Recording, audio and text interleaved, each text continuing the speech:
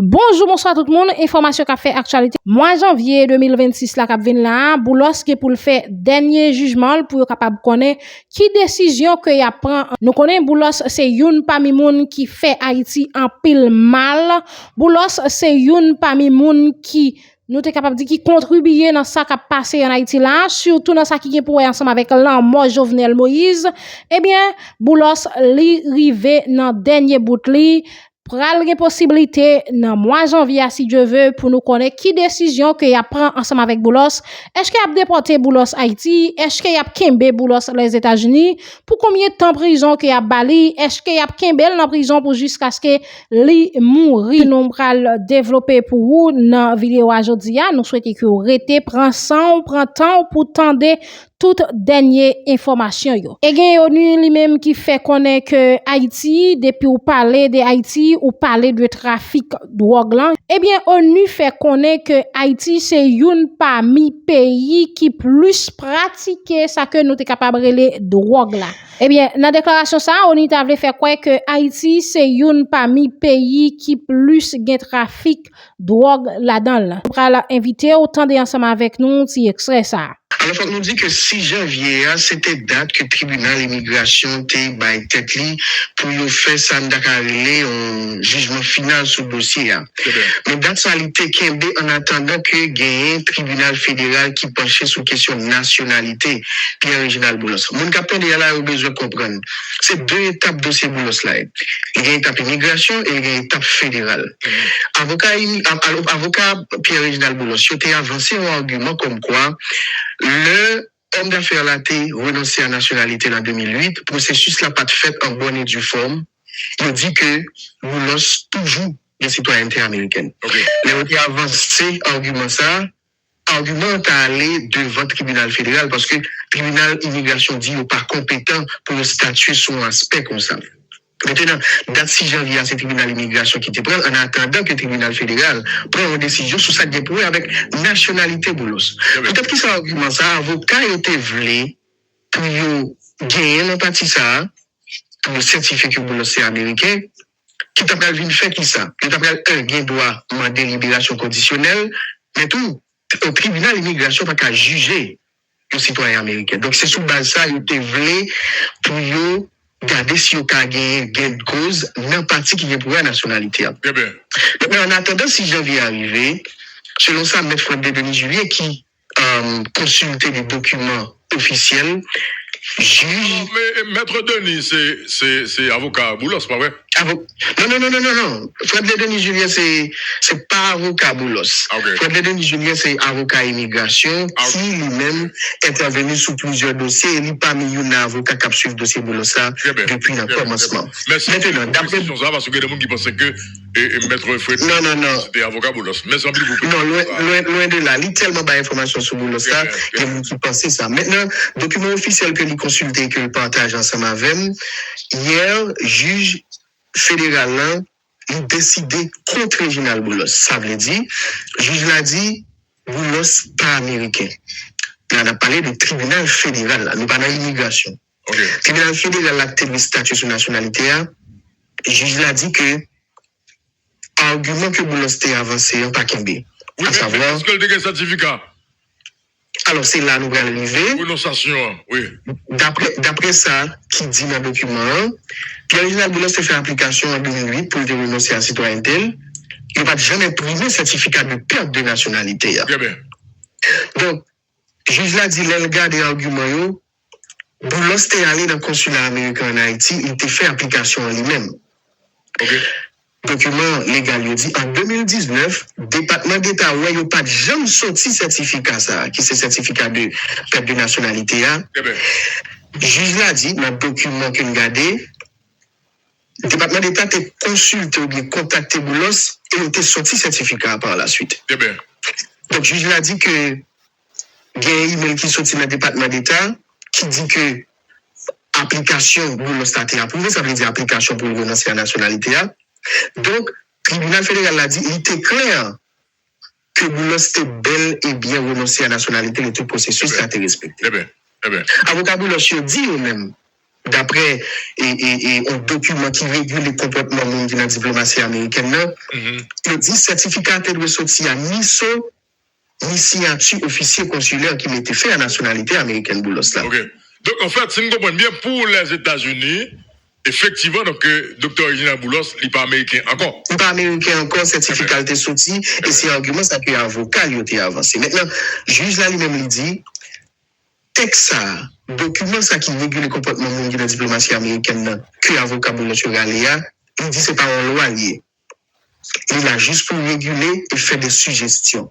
Et sous base ça, le juge l'a dit que Boulos pas qu'à prouver que nous toujours citoyen américain.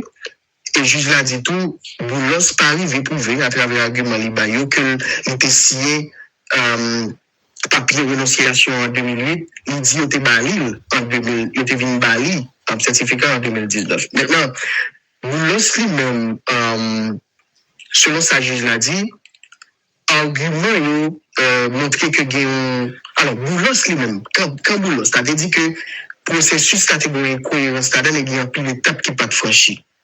Juge là, après décision, il pratiquement démonter tout argument avocat Pierre-Reginald Boulos et il conclut que Pierre-Reginald Boulos pas américain et c'est juge fédéral là seulement qui a statué sur lui. On nous dit tout que juge là, en plus de ça, il tient compte de gravité accusation que le département d'État ou le secrétaire d'État américain Marco Rubio a fait pour dire que Boulos était impliqué dans le trafic d'armes à drogue, déstabilisation Haïti, financer gang, etc. Donc, sur le document public que Fred Denis Julien a partagé et il tenu compte de lui pour lui information, dossier Pierre-Reginald Boulos a beaucoup d'influence dans le fédéral.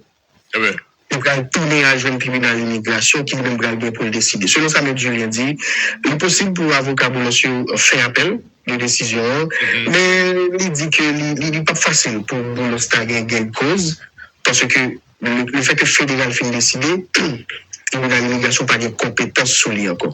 Donc, qu'est-ce que le fédéral a décidé? Le gars, en fait, bien entendu, le fédéral décide déjà, et c'est que Boulos peut dire. Donc, il y a immigration, il y a le tribunal d'immigration qui a décidé sur le plan immigration. Il y a immigration qui a dit qu'il y aura des bordels ou bien il y a des voilà. Mais Fred Denis Julien dit, qui picoute et qui pisse pour Pierre-Reginald Boulos, ça c'est à jouer un départ volontaire. Ça veut dire qu'il décide et il mettre déporté, l'a quitté, il aller en Haïti. Donc c'est là nous pour l'instant. Donc fédéral décide, il dit Boulos pas de nationalité américaine encore. Jean, avocat, il voulait faire quoi ça?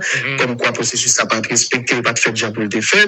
Maintenant, étape là pour c'est pour la tribunal d'immigration pour décider si oui ou non il a déporté Pierre-Reginald Boulos pour voyer en Haïti. Et l'accusation que le secrétaire d'État américain, donc l'ancien sénateur Rubio te fait donc sur le Dr. Reginald Boulos, savoir que il y a un rapport avec gang, il est impliqué dans déstabiliser le pays.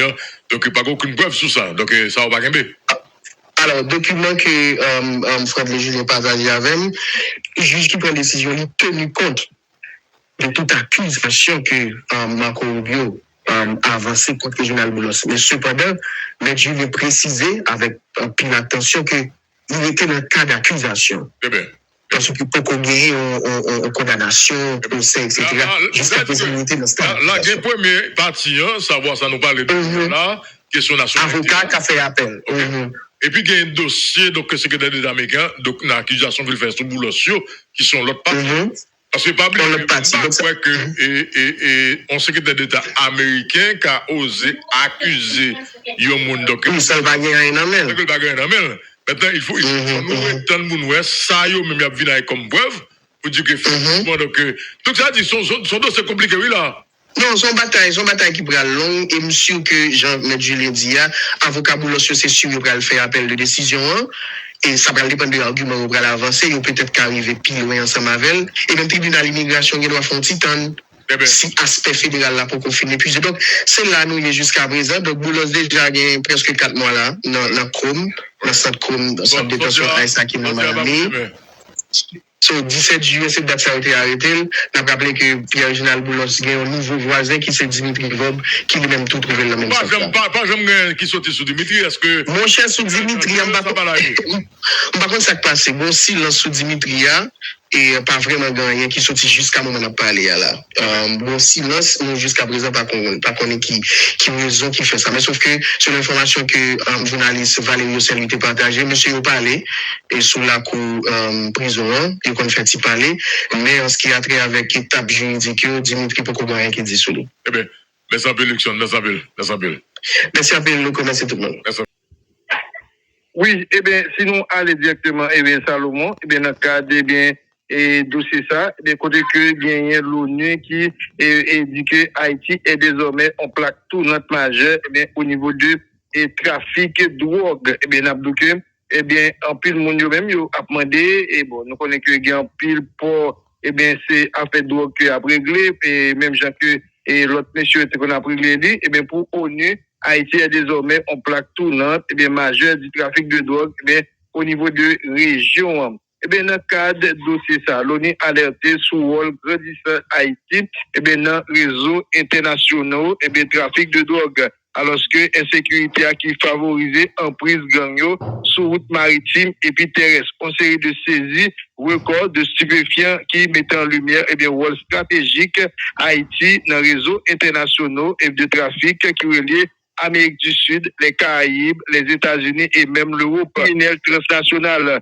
En mois de juillet 2025, la autorité haïtienne ont intercepté 1,045 kilogrammes de cocaïne, eh bien, près de l'île de la Tortue. Eh bien, ça, c'est une plus importante saisie qui enregistrée en plus de 30 ans.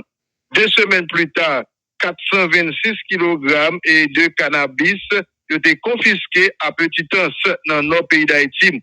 Dans la même période-là, 2 Haïtiens ont été arrêtés en Jamaïque avec plus passé 1350 kg de cannabis.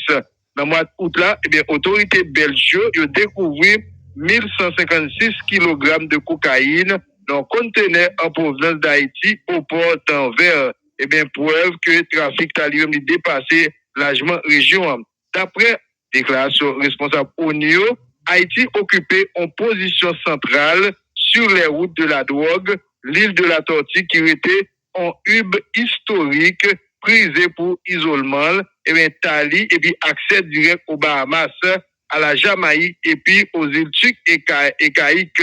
Eh bien, territoire ça qui vient servir aux zones de stockage Haïti, et de transit, et bien pour des cargaisons illicites qui destinées principalement au marché caribéen et nord-américain.